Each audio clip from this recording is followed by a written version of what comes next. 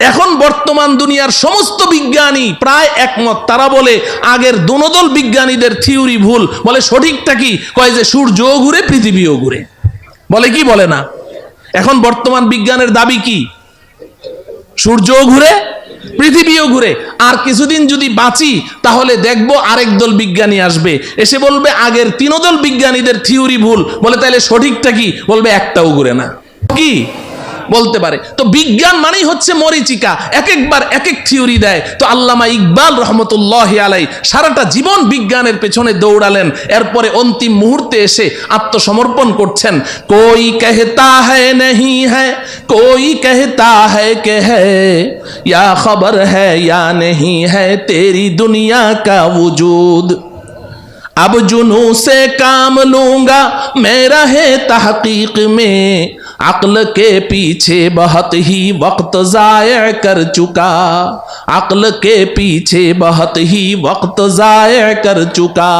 আল্লামা ইকবাল বলেন রব্বুল আলামিন সারাটা জীবন তো বিজ্ঞানের পেছনে দৌড়ালাম, কিন্তু বিজ্ঞান আজকে এক থিওরি দেয়, কালকে এক থিওরি দেয়। একবার বলে সূর্য ঘুরে, একবার বলে পৃথিবী ঘুরে, একবার বলে দুটোটা ঘুরে, একবার বলে আসমান আছে, আরেকবার বলে আসমান নাই। আমি তো পাগল হয়ে যাওয়ার পালা রব্বুল আলামিন। আর আমি বিজ্ঞানের পেছনে দৌড়াতে চাই না। এখন আপনার কাছে জীবনের অন্তিম মুহূর্তে আমার একটাই দরখাস্ত, আব জুনু সে কাম লুঙ্গা मैं रहे तहकीक में, अक्ल के पीछे बहुत ही वक्त ज़ाया कर चुका। রব্বুল আলামিন এখন আর আমি বিজ্ঞানের মাধ্যমে কোনো জিনিস যাচাই করতে চাই না। এখন আমি আপনার কিতাব কোরআনের মাধ্যমে যাচাই করতে চাই। আপনি যেটা বলবেন ওটাকেই বিশ্বাস করতে চাই, এবং আপনি আমাকে ওই বিজ্ঞানীদের দল থেকে বের করে ওই সমস্ত বান্দাদের অন্তর্ভুক্ত করে দেন যেই বান্দাদেরকে দুনিয়ার মানুষ আপনার পাগল মনে করে। আমাকে ওই পাগলদের অন্তর্ভুক্ত করে দেন। আসমান আছে না নাই? কতদূর গেলাম? প্রথম আসমানের তলা মনে আছে তো? তো প্রথম আসমানের তলা পর্যন্ত না গেলাম, কিন্তু আসল বাড়ি জান্নাতের কোনো খোঁজ খবর পাওয়া গেল? আরো উপরে যাওয়া লাগবে।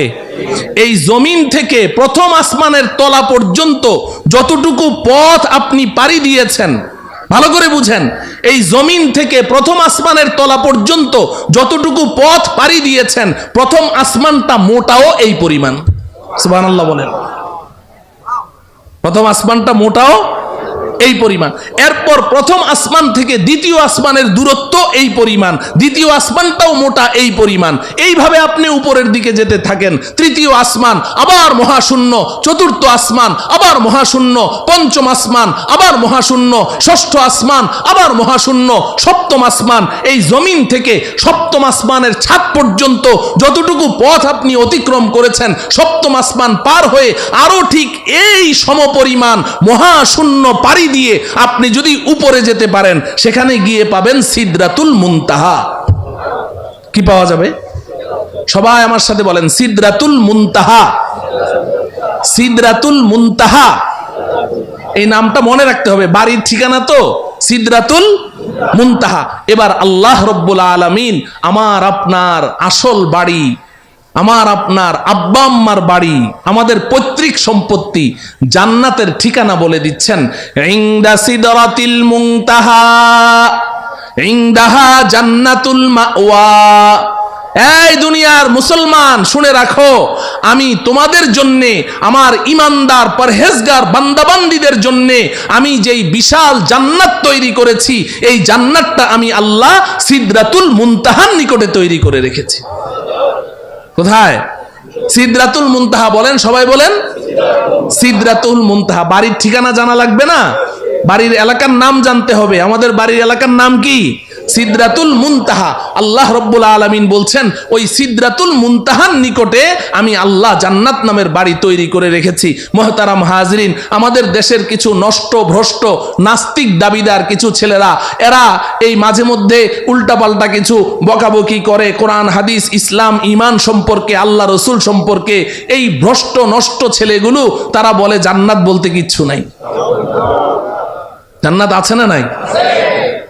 এখন ওরা জান্নাতকে অস্বীকার করে কেন জিজ্ঞাসা করেন, বলবে যে আমাদের নাস্তিকদের একটা থিওরি আছে, যা চোখে দেখি না তা বিশ্বাস করি না।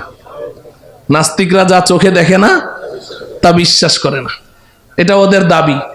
তো বলে যে আমরা পৃথিবীর উত্তর থেকে দক্ষিণ মেরু, পূর্ব থেকে পশ্চিমে, উপরে যেতে যেতে চাঁদের দেশ মঙ্গল গ্রহ সবই তো ঘুরলাম, কই জান্নাত তো কিছুই দেখলাম না, এই জন্য জান্নাত বলতে কিচ্ছু নাই। নাউজুবিল্লাহ বলেন। আচ্ছা বলেন, জান্নাতটা কোন জায়গায় আছে? সিদরাতুল মুনতাহা। সিদরাতুল মুনতাহা কোথায় আছে বুঝলেন তো? তো এখন এই নাস্তিকগুলো এই ঢাকার শাহবাগ চত্বরে বসে বসে ওখান থেকে বুঝি সিদরাতুল মুনতাহা দেখা যাবে? হ্যাঁ, তো দুনিয়াতেও তারা জান্নাতকে অস্বীকার করেছে, সিদরাতুল মুনতাহা পর্যন্ত পৌঁছতে পারলো না, দুনিয়াতে অস্বীকার করেছে, আখিরাতেও তারা জান্নাতের কোনো ঘ্রাণও পাবে না। আমরা ইনশাআল্লাহ দুনিয়াতে যেহেতু আমরা বিশ্বাস করেছি, আমাদের জান্নাতের বাড়ির সন্ধান লাভ করেছি, আল্লাহর কথা বিশ্বাস করেছি, রাসূলের কথা বিশ্বাস করেছি, আব্বাজান হযরতে আদমের কথা বিশ্বাস করেছি, ইনশাআল্লাহ পরকালে আমরা আমাদের আসল বাড়ি জান্নাতের মালিক হবই হব ইনশাআল্লাহ।